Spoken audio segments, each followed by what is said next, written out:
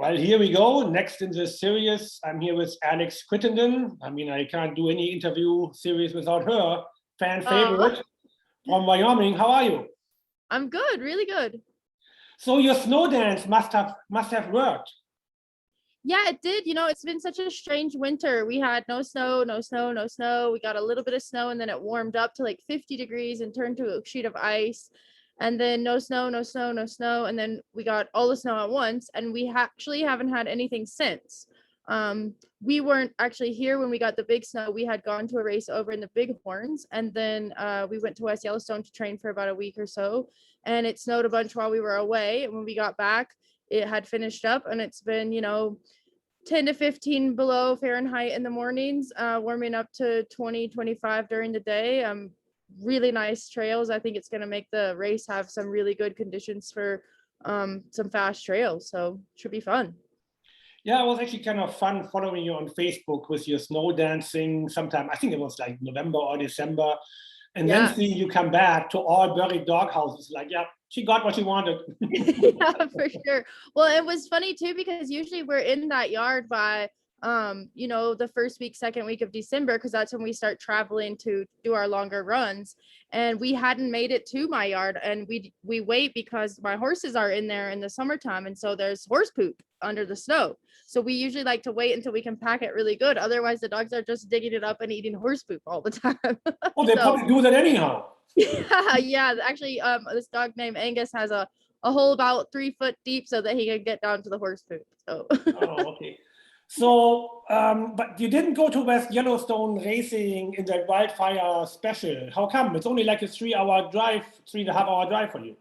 Yeah, we were signed up. Actually, I was signed up and my handler, Jess Moore, was signed up. But my husband had an accident and blew his knee out and had to have surgery on Wednesday before the race. And so he really needed me around this weekend. He was struggling with everything. So we had to kind of pull out of that, which is okay. And there's not many people I would miss a race for, but Sam is definitely one of them. I was just going to say, so it's kind of strange that you didn't want to go to the race. I don't understand. No, we were definitely planning to be there, especially because there's not that many races locally in this area anymore. And we really wanted to support that and show our support for that by being there. But it was, family first sometimes. So. Oh, absolutely. Absolutely. Yeah. So, 6th place last year and then 2 times 3rd place the years before. What are you hoping for this year? Well, I mean, the goal is always to win, right? Like, that's where you want to be, is at the top. You don't come to the race for 2nd place. That's going to be a tall order this year. There's some really, really amazing teams that we're going up against, some new teams even that are, I'm fully expecting to have to watch out for. But honestly, I just want to have good runs. Last year, I didn't feel that good about my race. I didn't feel that good about how my dogs performed and how we connected on the trail. And so that's really what I want to feel at the end of every day. It's just like, yes, that felt good. Sometimes I don't even want to see the timesheet if a run feels good, because it kind of could maybe ruin it. So I just really want my dogs to be happy. I want to be happy. I want to have a good time, and just connect with my dog team out there on the trail like I've done in years past. So what do you think about running in Pinedale twice? Yeah, I mean, we've done that before, haven't we? I think it was it 2 years ago that we did that? Or maybe 3, I can't remember what happened or why, but I know we've done that in the past and I don't mind it. I like Pinedale, it's okay. I hope that the grooming is good. There's been we actually were hoping to train there this year and the grooming wasn't happening regularly. So I hope that gets going good, and it should. With the lack of snow that we've had, it should be a nice trail. I'm a little curious though, if they're going to send us on the same exact trail each day, or are they going to send us, there's a couple different options there. So it'll be interesting to see what they decide to do with that. Yeah, because if they send you on exactly the same trail, that could make it really interesting to study the times over the 2 weeks, So, I mean, logistically, it's kind of nice to be basically in the same hotel twice and the same area twice. Yeah, actually, it's going to be really nice for us because after we run at Black Rock, we're actually just going to come home and we'll stay the night here and get up early and drive out to Pinedale the next morning. And then we will stay in Pinedale that following the second night, the night before the second day. But yeah, so that'll make it nice for us. We can come home and the dogs are really comfortable here. We can turn them loose. they can do whatever they want and be on their houses and then back in the truck for sleeping. So yeah, it'll be nice. Nice. So what's your team makeup for this year? How many veterans from last year? What are you looking at? Let me grab my board. Let's see, I have 1, 2, 3, 4, I think 4 that did not run with me last year, or 5, and 3 of those came from Bill Cormier. We did a deal in the spring with him and bought some dogs, and who I ran the first time I ran stage race, I was running his team. And so I was excited to get some dogs from him. He's an old mentor of mine. Like, you know, I learned some of the first things I learned about dog mushing from him. So that was fun to get those dogs. And they've not run stage top with me or with anyone as far as I know. And then just a younger dog, and then a dog that's been with me for several years. She just never has quite cut it. And this year she's really been doing good. So I'm excited to see her perform in the race and how she does and how she handles all of that craziness. She's kind of one of those dogs that's a little bit silly sometimes with new stuff. So it'll be fun to see her run the stage top. So typically when you go out training, do you train by yourself, or do you have somebody go with you with, like, let's say 2 or 3 teams and head on passes? Do you have a snow machine you chase? How do you train?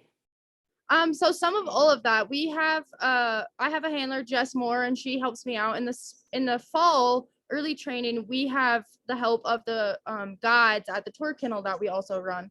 So they're not quite as busy yet. There's training dogs, but when we're training, usually that's their dogs' days off. So they're able to kind of help rabbit for us and help us get multiple teams out at a time, which is awesome because we get passing practice, both head on and from overtaking. So that's really great. And then once we start hitting longer mileages and the tours start getting ramped up, we don't have that extra help anymore. So it's usually just one team at a time. Sometimes we will run without a rabbit if we know we have, you know, a calm day on the trail or something like that. Just the other day, some girlfriends of ours came out and took some photos and ran the rabbit for us, which was fun. So we actually got to run 2 teams together just a few days ago. So that was a really good time. But yeah, so a little bit of all of that. I don't typically ever run by myself, just because the trails that we run on are multi-use, and there's snow machines and moose and skiers and loose dogs. And so it's just good to have that snow machine out ahead to make sure nothing weird happens. Oh, okay. Well, I mean, yeah, that's luxury to have, you know. That's for yeah, sure. for sure. So to finish up, who would you like to thank? I think I know one person. Yeah, for sure. I want to thank Frank Teasley. He's the founder of the race, so I want to thank him for that. I also have to thank him for being, I like to call him my super sponsor. It's his dog team that I'm running. It's his kennel that I help operate. And so he kind of gives us all the tools that we need to get done what we need to get done. And then my husband, of course, for putting up with all the craziness, and Jess Moore, my handler, and just the whole community, actually, everybody, all the communities in Wyoming that are a part of the race. Because it's so cool to see people get to learn about our sport and see what we do and understand why we live this crazy life with all these dogs. So, yeah. Do you really think that people understand that? Maybe they don't understand it, but they get a little bit of a better understanding. It was really funny taking she's my neighbor, actually. She lives across the street. And so she hears the dogs barking in the winter, I'm sure. But she's never actually witnessed the whole process. So she went and helped us hook up and was on the rabbit with another friend of mine, and it was just really funny to see her reaction. She's like, I had no idea. She's like, I did not understand the controlled chaos that this all is. And I was like, yeah, this is every day for us. Nice. So how many dogs did you start training with, and have you made up your mind yet of who you're going to bring? Yeah, sort of. I have it narrowed down to 15, so somebody's got to get cut, and I'm not really sure who that should be yet. It's kind of between 3 dogs. One who's older, Derek, he's raced with me for a really long time. But he's been running great this year. I kept his weight down better this year. He has a tendency to get fat, and he's been running really good. And then another one is the younger dog. He's just a little silly, lots of dipping, kind of not really into it every single day. So I'm a little worried about that. And then the other one is a tiny little female from Bill. She's amazing, great leader, but she's so tiny. I'm like, oh, do I take one of these big boys or do I take you? But we started with a lot of dogs this year, more than we ever have. The deal we did with Bill, we bought 20 dogs. And I had about 20 already in the program. So we started with close to 40 dogs in the fall, which was a lot, but we sorted through it pretty quick and got it down to about 30. And then before we left for the race on New Year's, we were down to 27, and now we're down to 22. So, and it's nice because we have the touring program. So the dogs that retire from racing with me or don't quite make the cut, they get to go into the tours and run tours. So that's really also bolstered our tour program. And some of those older dogs now don't have to run tours every day. We can kind of spread out the workload. So it's been really good. Yeah, that's exactly actually what I used to do back in the day. You know, I would basically train half of the tour kennel, and then the ones who wouldn't fit the race team, they would go back into the tours, and I really enjoyed that too. Yeah, exactly. So how long ago was it that you were up with Bill Cormier? Let's see, I got married in 2013 in August, and then I think it was November 1st, I was on a plane to Anchorage, and I was there in Willow with him for a couple months, and then we went on the road for most of the rest of the season. So we did the stage race. We went up into Northwest Territories and did like Fort Resolution and Yellowknife. We also went to Rondy that year. We were all over the place. We won a race down in Fort St. John. Is that right? Caledonia.